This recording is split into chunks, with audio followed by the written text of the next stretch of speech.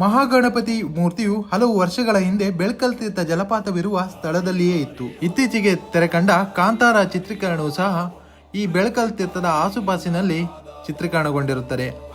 Hi hello ನಮಸ್ಕಾರ, ನಾನು ನಿಮ್ಮ ಕುಂದಾಪುರಗೊಂಡು ಇವತ್ತು ಹೋಗ್ತಾ ಇರೋದು ಬೆಳ್ಕಲ್ ತೀರ್ಥಕ್ಕೆ. ನೀವೆಲ್ಲರೂ ಕಾಂತಾರ ಸಿನಿಮಾ ನೋಡಿದ್ದೀರಿ.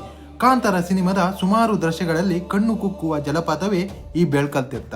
ಬೆಳ್ಕಲ್ ತೀರ್ಥ ಜಲಪಾತವು ಉಡುಪಿ ಜಿಲ್ಲೆಯ ಕೊಲ್ಲೂರು ಸಮೀಪದ ಜಡ್ಕಲ್ ಎಂಬ ಗ್ರಾಮದಲ್ಲಿದೆ.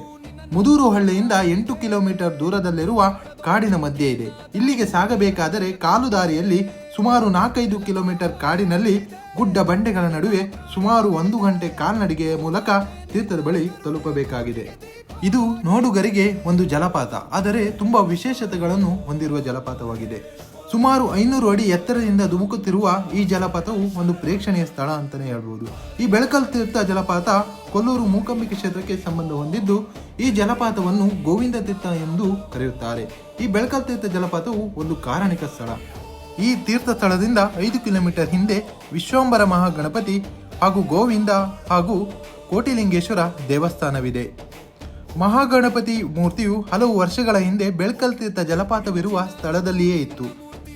ಜಲಪಾತ ಇರುವ ಸ್ಥಳ ದುರ್ಗಮವಾಗಿರುವುದರಿಂದ ಕಲ್ಲು ಬಂಡೆಗಳು ಕೂಡಿದ್ದರಿಂದ ಭಕ್ತರಿಗೆ ದೇವರ ದರ್ಶನ ಪಡೆಯಲು ಕಷ್ಟವಾಗುತ್ತದೆ ಎಂಬ ಕಾರಣದಿಂದ ಅಲ್ಲಿರುವ ದೇಗುಲವನ್ನು ಸುಮಾರು 5 ಕಿಲೋಮೀಟರ್ ಹಿಂದೆ ನಿರ್ಮಿಸಲಾಗಿದೆ ಎನ್ನಲಾಗುತ್ತಿದೆ. ಎಳ್ಳಮಾವಾಸ್ಯೆಯ ದಿನದಂದು ಈ ತೀರ್ಥದಲ್ಲಿ ಸ್ನಾನ ಮಾಡಿದರೆ ಪುಣ್ಯ ಪ್ರಾಪ್ತಿಯಾಗುತ್ತದೆ ಎಂಬುದು ಇಲ್ಲಿನ ಜನರ ನಂಬಿಕೆ. ಅದರಂತೆ ಸಾವಿರಾರು ಭಕ್ತರು ಎಳ್ಳಮಾವಾಸ್ಯೆ ದಿನದಂದು ಇಲ್ಲಿಗೆ ಆಗಮಿಸಿ ಎತ್ತರದಿಂದ ಧುಮುಕುತ್ತಿರುವ ಜಲಪಾತದಲ್ಲಿ ಸ್ನಾನ ಮಾಡುತ್ತಾರೆ. ಕೊಡಜಾತ್ರೆಯ ವಿಸ್ತರಣೆಯಾಗಿರುವ ಕೋರ್ಶಿ ಎಂಬ ಬೆಟ್ಟದಿಂದ ಸುಮಾರು 500 ಅಡಿ ಕೆಳಗೆ ನೀರು ಬೀಳುತ್ತದೆ. ಅಮಾವಾಸ್ಯೆಯ ದಿನದಂದು ತೀರ್ಥಸ್ನಾನದ ಬಳಿಕ ಈ ದೇವಾಲಯದಲ್ಲಿಯೂ ಕೂಡ ಸಾವಿರಾರು ಸಂಖ್ಯೆಯಲ್ಲಿ ಭಕ್ತರು ಆಗಮಿಸಿ ವಿಶೇಷ ಪೂಜೆ ಸಲ್ಲಿಸುತ್ತಾರೆ. ಇಲ್ಲಿ ಬರುವ ಭಕ್ತರಿಗಾಗಿ ಮಧ್ಯಾಹ್ನ ಭೋಜನದ ವ್ಯವಸ್ಥೆಯನ್ನು ಸಹ ಮಾಡಲಾಗುತ್ತದೆ. ಬೆಳ್ಕಲ್ ತೀರ್ಥಸ್ಥಾನ ಹಾಗೂ ದೇವರ ದರ್ಶನದ ಬಳಿಕ ಇಲ್ಲಿಗೆ ಬರುವ ಭಕ್ತರು ಕೆರಾಡಿ ಮೂಡುಗಲ್ಲು ಗುಹಾಂತರ ದೇವಾಲಯವಾದ ಶ್ರೀ ಕೇಶವನಾಥೇಶ್ವರ ದೇವರ ದರ್ಶನ ಪಡೆದು ಪೂಜೆ ಸಲ್ಲಿಸಿದರೆ ಅವರಿಗೆ ಒಳಿತಾಗುತ್ತದೆ ಎನ್ನುವ ನಂಬಿಕೆ ಸಹ ಇದೆ. ಬೆಳ್ಕಲ್ ತೀರ್ಥಕ್ಕೆ ಗೋವಿಂದ ತೀರ್ಥ ಎಂಬ ಹೆಸರು ಬರಲು ಕಾರಣ ಇದೆ.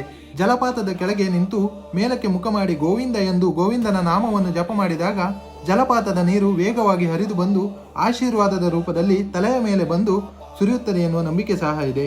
ಕೆಲವೊಮ್ಮೆ ಕೆಳಕ್ಕೆ ಸುರಿಯುವ ತೀರ್ಥವು ತನ್ನ ದಾರಿಯನ್ನು ಬದಲಾಯಿಸುವುದರಿಂದ ಮೇಲಿನಿಂದ ಕೆಳಕ್ಕೆ ಧುಮುಕುವ ತೀರ್ಥವು ಕೆಳಗಡೆ ಇರುವ ಎಲ್ಲರ ಮೇಲೂ ಬೀಳುತ್ತದೆ ಎಂದು ಹೇಳಲಾಗದು.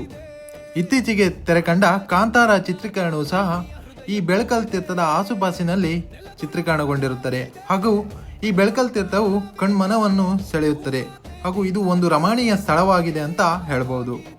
ಈ ಜಲಪಾತದ ವಿಶೇಷತೆಯನ್ನು ಸಣ್ಣ ಪ್ರಯತ್ನದೊಂದಿಗೆ ಚಿತ್ರದ ರೂಪದಲ್ಲಿ ನಿಮ್ಮ ಮುಂದೆ ಇಟ್ಟಿದ್ದೇನೆ. ಹೇಳಿದಲ್ಲಿ ಏನಾದರೂ ತಪ್ಪಿದ್ರೆ ಕ್ಷಮೆ ಇರಲಿ ಅಂತ ಹೇಳ್ತಾ, ದಯವಿಟ್ಟು ನಮ್ಮ ಚಾನಲ್ಗೆ ಇದುವರೆಗೆ ಯಾರು ಸಬ್ಸ್ಕ್ರೈಬ್ ಆಗಿಲ್ಲ, ಸಬ್ಸ್ಕ್ರೈಬ್ ಆಗಿ ಹಾಗೆ ಶೇರ್ ಮಾಡಿ ಹಾಗೆ ಲೈಕ್ ಮಾಡಿ ಅಂತ ಕೇಳ್ಕೊಳ್ತೀನಿ. ದಯವಿಟ್ಟು ಸಬ್ಸ್ಕ್ರೈಬ್ ಮಾಡಿ. ನೆಕ್ಸ್ಟ್ ವಿಡಿಯೋದಲ್ಲಿ ಸಿಗೋಣ.